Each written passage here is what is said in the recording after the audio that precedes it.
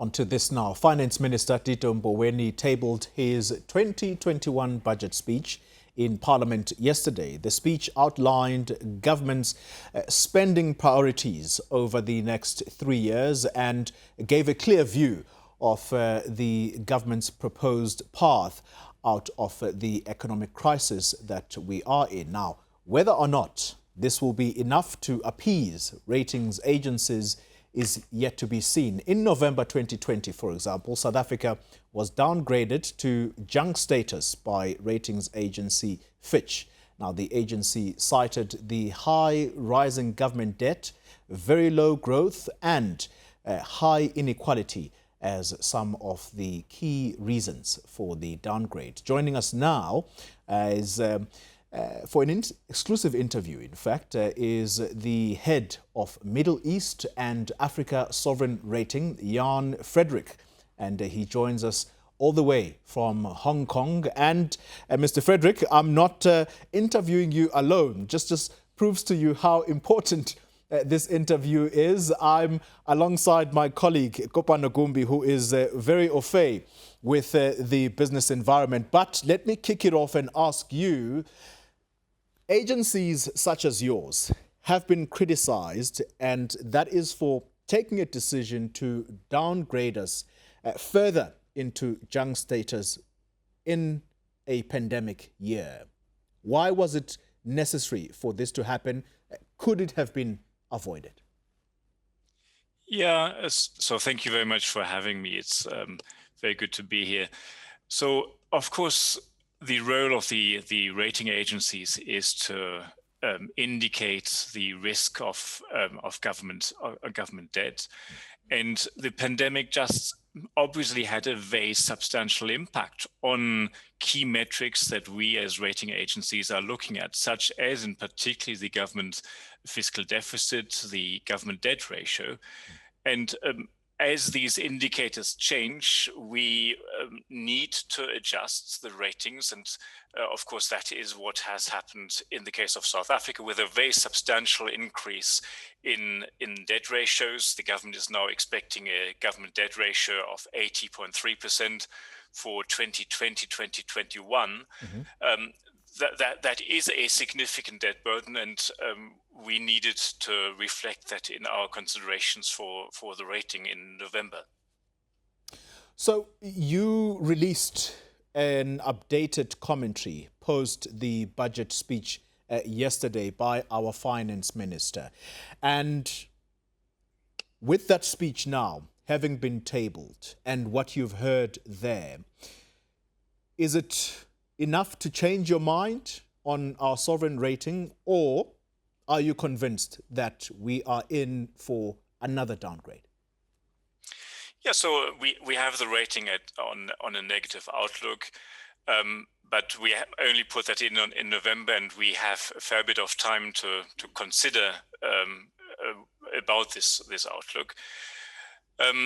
What has happened in the budget review yesterday is essentially that the government acknowledged that revenues were somewhat higher than expected in the MTBPS in October, and also, and that's also positive, they used the revenue from this overshoot mainly to lower the deficit. Mm-hmm. So, and of course, that's positive. We look very much at the deficit and the debt ratio, but before jumping to any conclusions, it's very important to remember and to keep in context the very, very sharp rise in the deficit in 2020. We are still, even taking into consideration the higher revenue, seeing the government forecasting a deficit of 14% in 2020-2021, clearly much higher than anything that we had been seeing before the pandemic. And so the debt trajectory, the government debt to GDP ratio, remains on an upward path. The government is anticipating that debt might stabilize in 25, 26. But there are lots of caveats and risks to that, in particular coming from the wage negotiations that we are expecting for this year.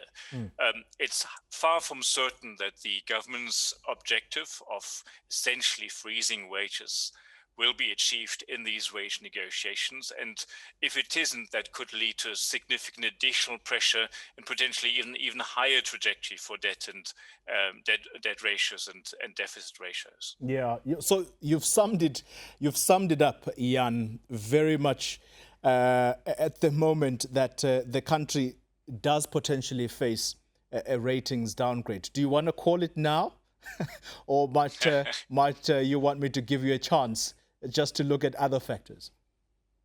I mean, so really, we will continue to look at the extent to which we see clear signs of the government being able to stabilize the debt to GDP ratio. And to the extent that could be another factor in moving the outlook from negative to stable, the extent to which there might be signs of somewhat stronger growth than we are currently anticipating. These will be the factors that we will continue to monitor quite closely. At this stage, it might be a bit early. I mean, we are also recognizing that the government, that the situation right now is still very much a situation of pandemic and in a way crisis management. And what we really are looking for is signs over the medium term that the government is able to take charge and reduce the fiscal deficit. It will be very, very interesting to see what will be coming out of the wage negotiations this year.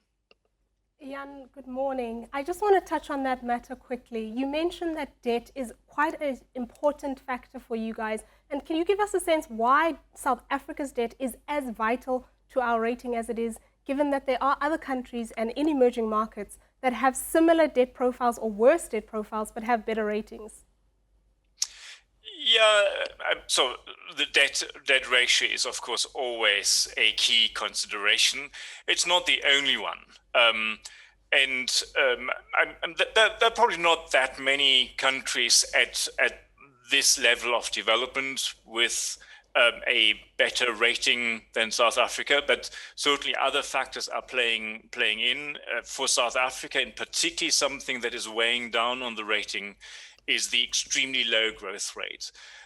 So trend growth, the government is anticipating that growth will decline to 1.6% in 2023-24.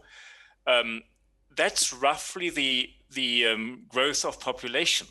And so it means that there will be no improvement in living standards if that remains the GDP growth.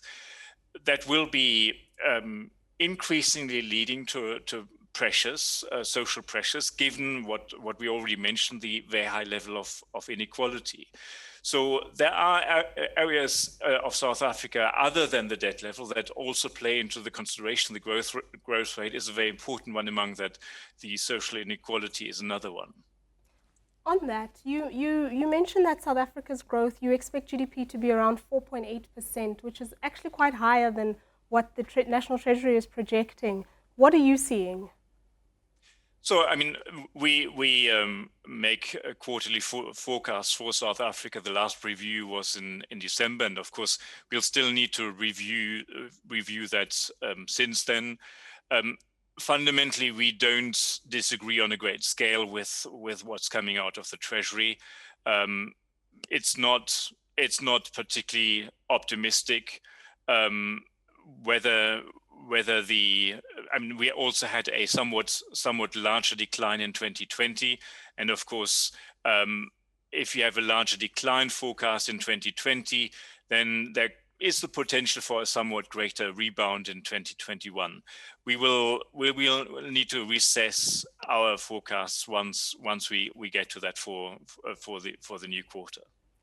Government has set quite an ambitious target of a budget surplus, as well as a lower than forecasted GDP, debt to GDP ratio. Given what you just said, is it safe to say you don't really believe that they can execute on that? Yeah, I think one area of pressure for the government on the growth projections and the growth related reforms is that the focus of these reforms tends to be relatively narrow. It's not, the measures in our eyes are not of the scale that would dramatically change the situation on growth. And of course, the other element is that so far, at least, the pace of implementation has been relatively slow. We are noting that the Operation Vulindlela is highlighted a lot and does seem to give some promise. But given the relatively limited scale, given past track record, we remain skeptical that it really makes that massive a difference in the medium term. And again, we don't fundamentally disagree with the government over the medium term growth forecasts. As I say, they are forecasting 1.6% medium in 2023-24. That's roughly our estimate of potential growth. And it's really more that they are forecasting up to 2030 growth might be accelerating if these reforms are successful. I think we really would need to see more evidence before we start factoring that into our forecasts. Yeah. Jan Koli here once again.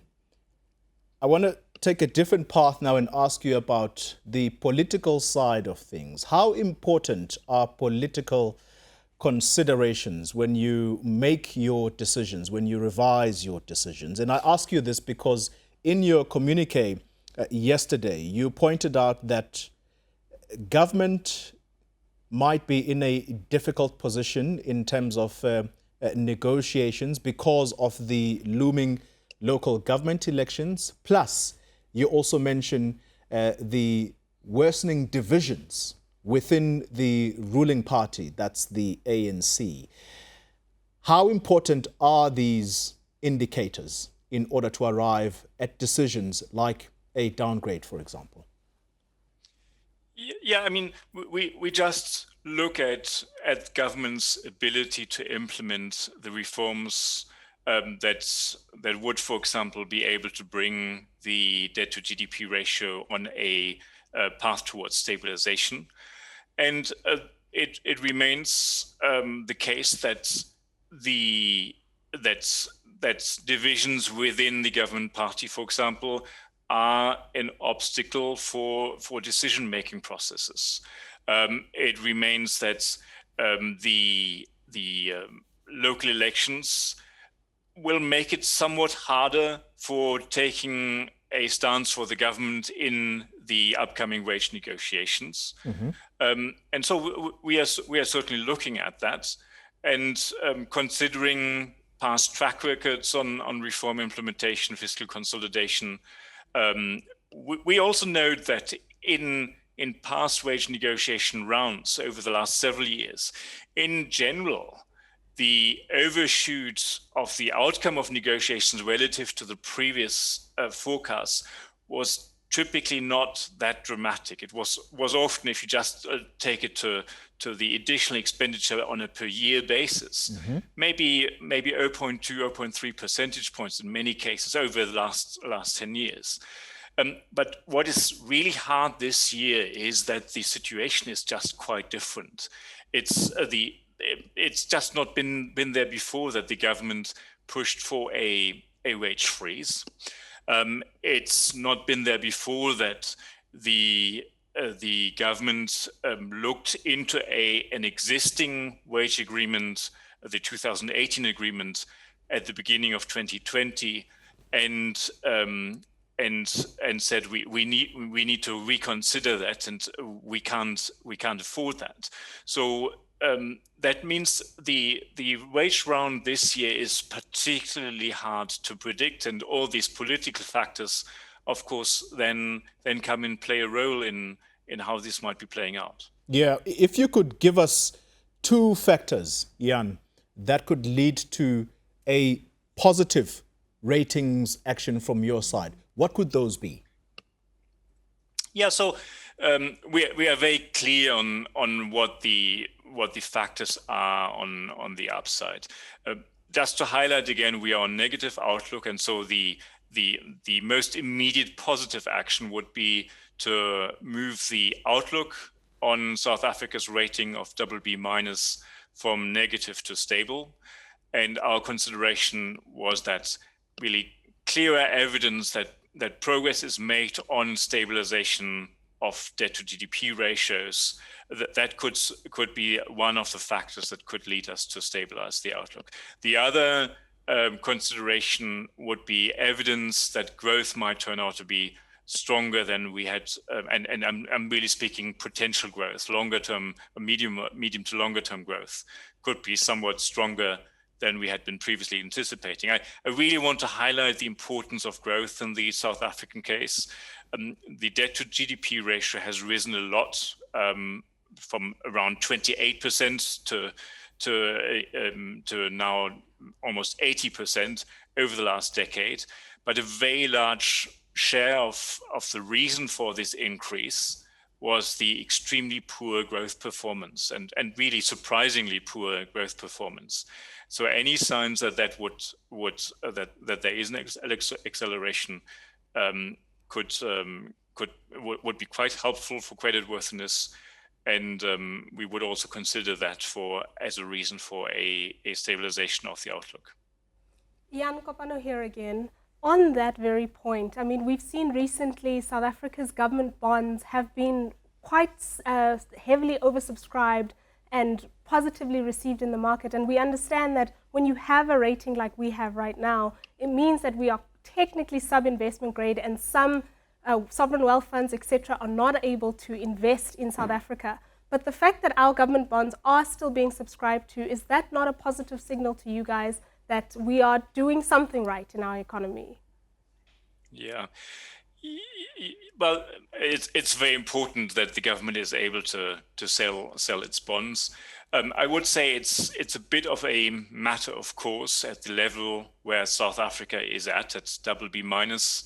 It would be very, very striking for a country not to be able to sell its government bonds to the market, and so I would not say that is a feature where South Africa stands out. It's just relatively normal for a country at this rating level to have demand for its bonds. Where South Africa does stand out is that it has a deep domestic market for its bonds, relatively strong asset managers. It has a relatively favorable structure of its government debt, including the quite long maturity and the fact that most of its debt, around 90% of its debt, is denominated in local currency, in rand, and that of course means that there is not that much risk from a potential sudden depreciation of the currency, and so more of the burden of macroeconomic adjustment can rely on the currency without necessarily endangering the public finances. So again, the access to the market is not surprising. It's certainly something that we consider as positive, is the structure of the debt. Yeah. Jan, as we wind down this interview, our country's electricity generator, that's Eskom, it remains the biggest albatross around government finances. How important an indicator is this, that South Africa is indeed weathering the storm? Or, again, I want to put your head on the block and say, what exactly do you plan to do if things don't improve? How is the situation looking for South Africa? Are we facing a further downgrade into junk status, basically? So again, the rating is on negative outlook, and so the committee at the last review certainly considered that there was downward pressure on the rating, very much related to essentially the debt trajectory. We were considering at that time that debt would be continuing to rise and that there was no clear perspective of a debt stabilization. Eskom plays into that in the sense that it's, of course, a contingent liability for the government, and the government is already projecting to pay a certain amount of transfers to Eskom on a relatively regular basis.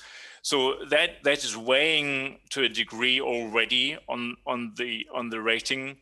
I think the electricity sector situation and the level of Eskom debt remains an important factor, but right now, even more important really is the overall level of government deficits and therefore the upward debt trajectory.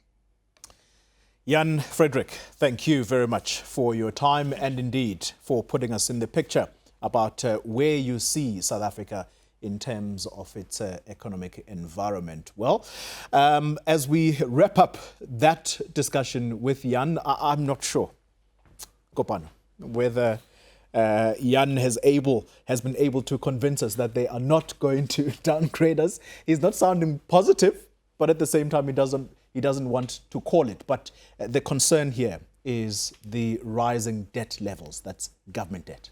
That's actually a very interesting point that he raised. I think something we don't pay enough attention to. Ratings agencies are very concerned about our debt situation.